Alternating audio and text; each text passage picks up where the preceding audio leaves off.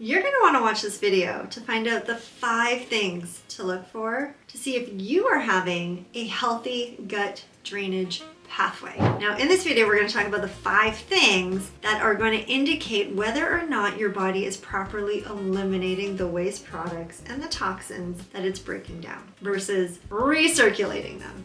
To kick things off, number 1 is, what does it smell like? Now, don't get me wrong. It's not like your bowel movement should smell like roses and perfume and potpourri. No, but it also should not smell foul. You should not go to the bathroom and be like, "Huh?"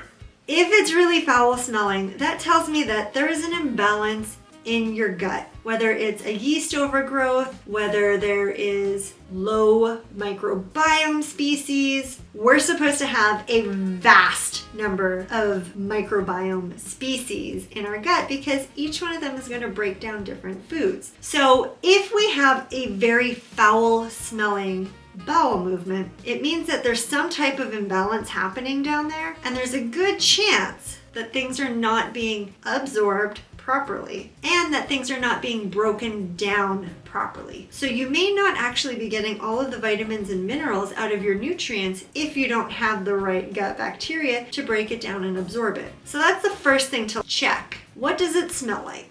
Number 2 is, what's the consistency? Meaning, what does it look like? What does it feel like when it's coming out of you? Now, an easy way to look at it is really the Bristol stools chart. They have 7 different types, and the 7 types will indicate where somebody's at. So let's go through them. Type number 1 is very hard. They're little pellets. A lot of people will say they look like rabbit droppings. So if you have very hard, round, little pellets, that's type 1. Type 2 is hard lumps. So they're still hard, but they're stuck together. It may look like a bunch of grapes. Type 3 is more of a sausage with cracks in it.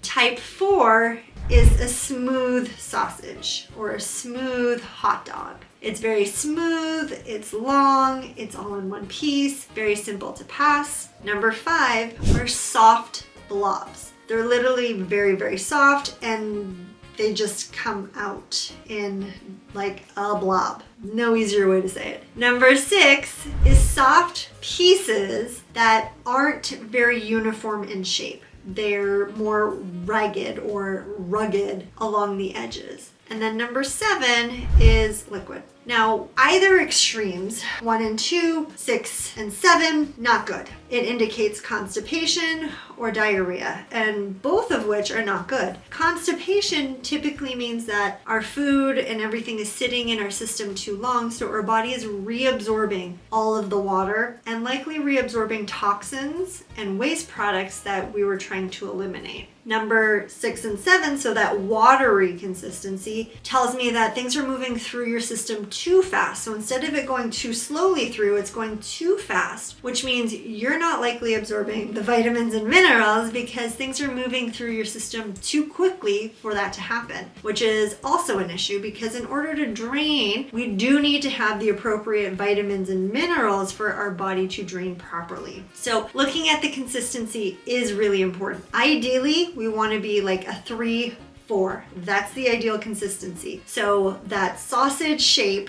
with either like cracks on the surface or smooth. That's a good looking bowel movement. Number 3, and I bet you've never been asked this question before, because whenever I ask a client this question, they kind of look at me like, what are you talking about, crazy lady? The number of times that you wipe your booty after having a bowel movement. Do you know how many times it should be? 1. Meaning when you wipe your booty after you have a bowel movement, that should be enough to clean it. When you go to wipe it again, it should wipe completely clean. If you have to continuously wipe in order to get your booty clean, that tells me that there's definitely something going on in the gut. It's making it stickier, and it's making it less likely that your gut is doing everything that it's supposed to and in a healthy state. So the next time Count how many times you wipe your booty. I bet you'll be surprised. Number 4 is the transient time, meaning how long does it take for food to go from in your mouth, so when you put it in your mouth, to coming out into the toilet. And that transient time should be somewhere between 18 hours and 24 hours. Most of the time, unless you have diarrhea, it's going longer. So the longer the transient time, the more likely we are to reabsorb toxins, waste products, all of that. That is not a good thing. So one way that you can test it is by taking something like eating beets and seeing how soon your stool, or how long it takes after you eat the beets for your stool to turn red.